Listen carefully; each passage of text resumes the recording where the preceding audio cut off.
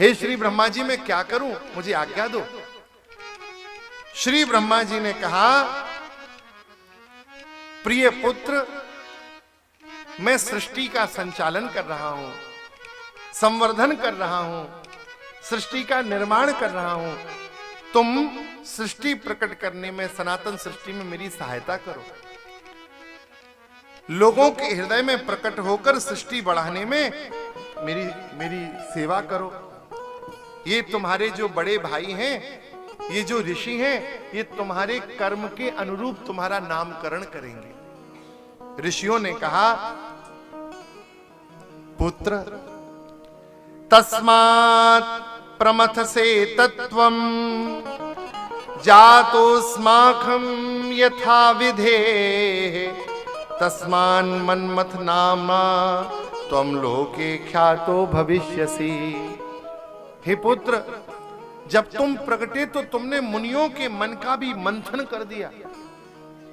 हम अंगिरा, पुलस्त, वशिष्ठ आदि ऋषि भी तुम्हें देख के सहसा आकर्षित हो गए। तुम्हारी ओर हमारा मन खिंचा चला गया, इसलिए तुम्हारा नाम मनमथ होगा।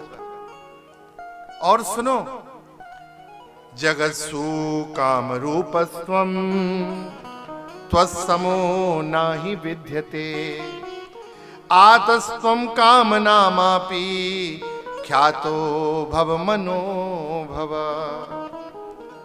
संसार में तुम्हारे समान कोई सुंदर नहीं होगा, इसलिए हे मनोभव तुम्हारा नाम काम होगा। देवताओं में गिने जाओगे, इसलिए कामदेव कहे जाओगे। एक ऋषि ने कहा, बड़े मद से प्रकट हुए हो, इसलिए तुम्हारा नाम मदन होगा।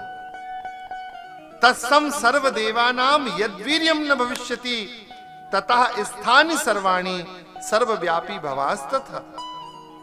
महाराज, अहंकार के दर्प से उत्पन्न हुए हो,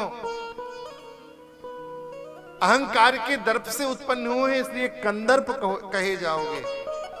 दर्प से उत्पन्न हो तो श्री ब्रह्मा जी ने कहा, पुत्र जाओ और अपने 5 बाणों से, विषय के 5 बाण हैं, इन 5 बाणों से तुम मुझे भी वशीभूत कर सकते हो, विष्णु को भी वशीभूत कर सकते हो, और लीला काल में भगवान रुद्र भी तुम्हारे द्वारा वशीभूत हो जाएंगे।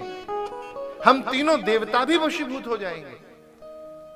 कामदेव को लगा, पिताजी झूठ तो नहीं बोल रहे हैं, नहीं तो इनके वरदान झूठे ही हो।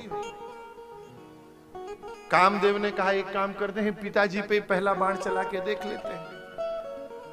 भाई, जब पिताजी का वरदान है तो इन्हीं से चालू करें। और कामदेव ने महाराज अपने पुष्प का बाण लिया और अपना प्रभाव सबसे पहले ब्रह्मा जी पे डाल दिया। श्री ब्रह्मा जी नित्य ज्ञानवान है। देखो, श्री ब्रह्मा जी परम वैष्णव है, भगवान से सीधा सीधा संबंध है ब्रह्मा जी का, साधारण नहीं है ब्रह्मा जी। ये जो ब्रह्मा जी को मोह होता है, बार बार ब्रह्मा जी लीला करते हैं, ये केवल भगवान की लीला के विस्तार के लिए।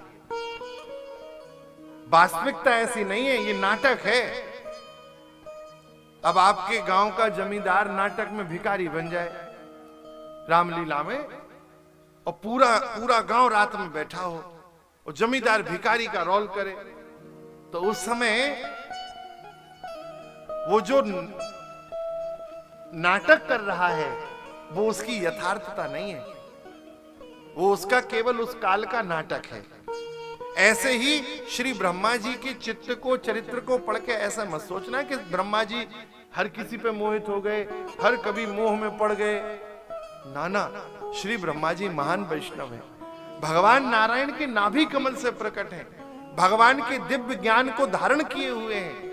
लेकिन अपने प्रभु की लीला बन जाए, मेरे प्रभु का खेल बने, फिर भले ही उसमें मुझे मोहित होना पड़े। भक्त तो भगवान का खेल बनाना चाहते हैं।